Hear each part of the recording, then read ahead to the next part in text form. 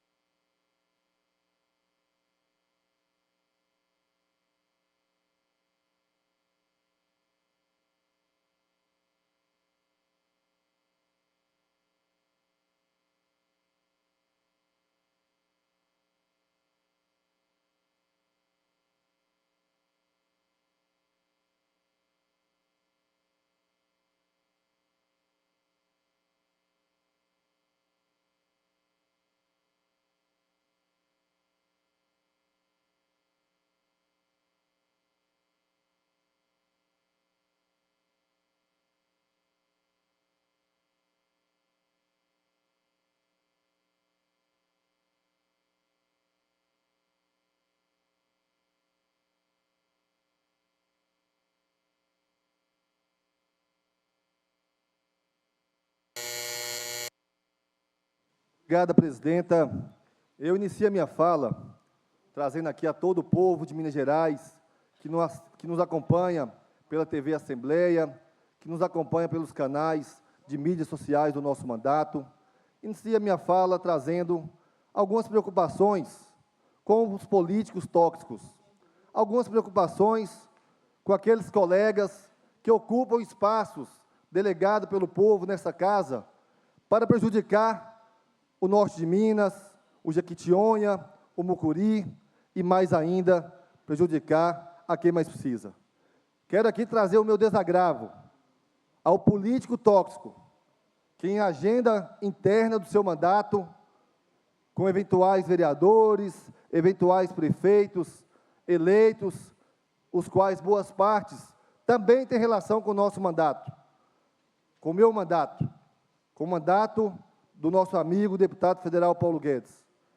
Político tóxico esse, que comete um desagravo em desabonar a honra das mulheres trabalhadoras do SAMU Macronorte, que comete o desagravo de, ao mesmo tempo, de desonrar, de difamar, de caluniar as mulheres trabalhadoras do SAMU Macronorte, promove a má política, promove o clientelismo, querendo usar do governo federal para promover ações individuais de seu mandato e muitas vezes privadas. O que ocorreu na semana passada no norte de Minas, em nossa Montes Claros, foi um ato de desagravo por parte de um parlamentar que teve a capacidade de desonrar as mulheres trabalhadoras do SAMU.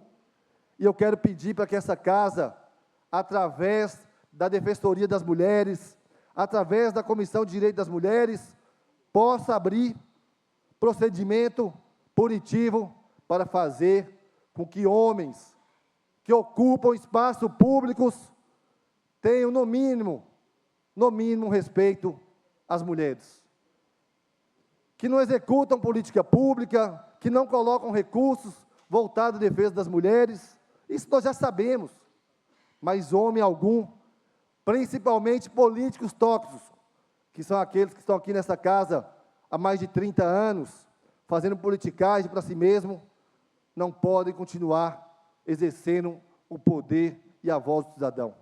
Então, quero aqui manifestar a minha solidariedade a todas as trabalhadoras do SAMU Macronorte, da diretoria, das USAs, das unidades descentralizadas do SAMU, que prestam um trabalho com tanto amor, com tanta dedicação e salvam vidas. A nossa solidariedade e, mais que isso, o nosso apoio para cobrar dos governos o investimento merecido para ampliar a capacidade de operação do SAMU, para ampliar as unidades descentralizadas, ampliar as USAs e, mais ainda, o corpo técnico, o corpo de profissionais para prestar um serviço de qualidade a todo o povo de Minas Gerais, em especial o SAMU Macronorte. O SAMU Macronorte, que em seus 16 anos tem sido a condição de atender a urgência e emergência da região. Mesmo que, na maioria das vezes, os municípios, com seus governos irresponsáveis, não pagando nem sequer a parcela devida aos municípios. E mais ainda, o governo de Minas Gerais, irresponsável, que não tem sensibilidade com os mais pobres, tem a coragem de deixar de repassar 8 milhões de reais para o SAMU Macronorte, numa dívida que se arrasta há anos, mas que agora é obrigação do atual governador pagar essa dívida. Governador, parlamentar tóxico, paga o SAMU, coloca dinheiro para ter ambulâncias, para ter infraestrutura, para melhorar e reformar as bases, para poder atender melhor o povo do norte de Minas e da nossa região, do nosso estado. Quero aqui dizer, deputada Leninha, que é muito triste ver colegas trabalhando ao contrário do desenvolvimento da região. E eu digo aqui, da politicagem que vão tentar fazer agora com a obra da estrada da produção, uma pavimentação sonhada há décadas pela região, mas que a nossa lei, a lei da autoria do deputado Ricardo Campos, 24.503, sancionada pelo governador, permite e permitirá usar o dinheiro da concessão do pedágio da ECO 135 de Curvelo a Montes Claros, que arrecada mais de 100 milhões de reais por ano aos cofres do Estado, mas que determina, através dessa lei, que seja priorizada, que seja a primeira a obra da estrada da produção. Uma obra de pavimentação de 60 quilômetros, que vai levar a 251, a 122, passando por Capitão Enéas, por Montes Claros, por São João da Ponte, por Vazelândia, por Ibiracatu, a Verdelândia e Jaíba, a ligação do complexo da produção. E mais ainda, encurtar os caminhos do sudoeste da Bahia, da região da Serra Geral, da região da Grande Salinas, do Alto Rio Pardo, para a região do Médio São Francisco, para o Triângulo Mineiro, para o centro-oeste do Brasil. Por si só, essa obra vai desafogar, deputada Leninha, deputada Bela, em 20% o tráfego de veículos de carga pesadas da Grande Montes Claros, que é o segundo maior entrocamento rodoviário do Brasil. O presidente Lula garantiu que em breve nós teremos a licitação da tão sonhada duplicação da BR-251. O presidente Lula está fazendo a obra tão necessária para o Jequitinhonha, para o Mucuri, para o acesso ao sudoeste da Bahia, as praias mineiras da Bahia, que é a 367.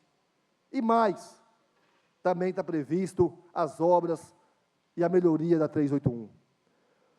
Em contramão disso, o governo Zemagogo promete os projetos, promete os recursos, e aqui, nós que temos emenda aprovada no PPAG, aprovada na lei orçamentária para este ano de 2024, prevendo rubrica orçamentária para colocar o dinheiro da Lei 24.503, que permite usar o dinheiro do pedágio, que é 100 milhões de reais por ano, arrecadado aos cofres de Minas Gerais, na concessão, e já são 7 anos, então já tem 700 milhões de reais sendo utilizados por Minas Gerais, para manutenção da sua malha. Mas essa lei determina usar dinheiro para essa obra, priorizar essa obra. Tanto é que o governo, sabedor disso, deu, no mínimo, uma manutençãozinha básica, mas está lá, já com período de chuvas, os caminhões da Cara Preta, os caminhões que transportam cargas de gado, de cabras, de frutas e verduras, dos nossos fazendeiros, dos nossos agricultores, atolando da lama. Eu peço aqui ao DR, peço aqui a CEINFRA, mas mais ainda ao governador Zé Magogo e os seus aliados nessa casa, que tomem providências. O deputado Ricardo Campos não está preocupado com palco, não. Podem mentir, podem falar que quem fez, quem vai fazer é o deputado A, deputado B, deputado C, para mim não importa. Importa é o povo mineiro ser atendido e ter uma lei aprovada nessa casa, com a maioria do apoio dos deputados, em especial do Bloco Democracia e Luta, sancionada pelo governador, que determina usar o recurso da concessão da Eco 135 para a estrada da produção. Nós não cansaremos de pautar. Essa obra sairá do papel, porque aqui o Bloco Democracia e Luta, as nossas deputadas, os nossos deputados, este parlamentar, pauta aquilo que é obrigação do Estado. E aí, podem fazer teatro, podem fazer palco, mas o povo sabe quem está lutando no dia a dia. Diga aqui, deputada Leninha, deputada Andréia, porque o governador, ele mente o tempo todo para as lideranças, para os prefeitos, mandando ofício do DR, falando que o projeto da MG 214, senador Modestino, a Itamarandiba, vai ficar pronto em agosto, vai ficar pronto em novembro, e nunca fica. Agora mesmo, eu trago aqui, ofício do diretor-geral do DR, em atenção a requerimento aprovado pela Comissão de Participação Popular, onde há um ano atrás realizamos audiência pública para falar da obra da Estrada da Produção, em que ele afirma que o projeto ficaria concluído no primeiro semestre desse ano, até o mês de agosto. E agora, ele mente mais uma vez, falando que o projeto vai ficar concluído no primeiro semestre do ano que vem. Pode o governador mentir em requerimentos aprovados por essa casa sobre a execução ou não execução de um projeto, de uma ação orçamentária? Não pode, é crime de improbidade administrativa. Assim prevê a Constituição do Estado.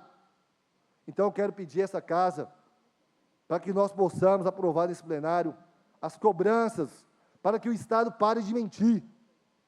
E aí, não venha depois chamar os seus aliados, os que aprovam aumento de imposto para o cidadão mineiro, os que aprovam perdão de dívida e isenção de locadoras, de grandes locadoras, e tiram dinheiro do povo, tiram benefício do povo. As grandes obras de pavimentação das principais rodovias do norte de Minas, do noroeste, do Jequitinhonha e do Mucuri, não passam de R$1,5 bilhão de reais, cara presidenta. E é esse justamente o valor de isenção fiscal que o governador concede anualmente às suas grandes locadoras.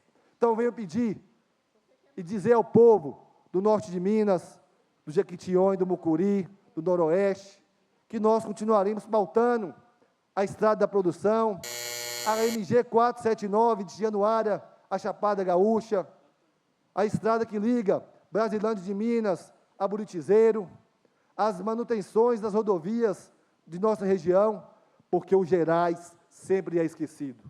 Mas o rancho do governador foi pavimentado. E eu digo aqui ao político tóxico, que reveja seus conceitos, respeite as mulheres, não venha querer cantar de galo, que está mais para louro. Está mais para louro José do que para galo. Ajude a região. Pare de difamar as mulheres. E eu quero dizer mais. enquanto o nosso mandato estiver nessa casa, e que há de estar por muito tempo, para lutar pelo nosso povo, ninguém passará pano quente para erro dos outros. E mais ainda, estaremos em Brasília nos próximos dias para levar as denúncias do que estão fazendo e sucateando o DENOX. O Departamento Nacional de Obras contra a Seca tem sido ocupado por falsos aliados bolsonaristas que só levam benefício para seus currais eleitorais e, pior, para os privados, os fazendeiros, os amigos daqueles que acham que tem bobo e que ninguém vê os desmandos.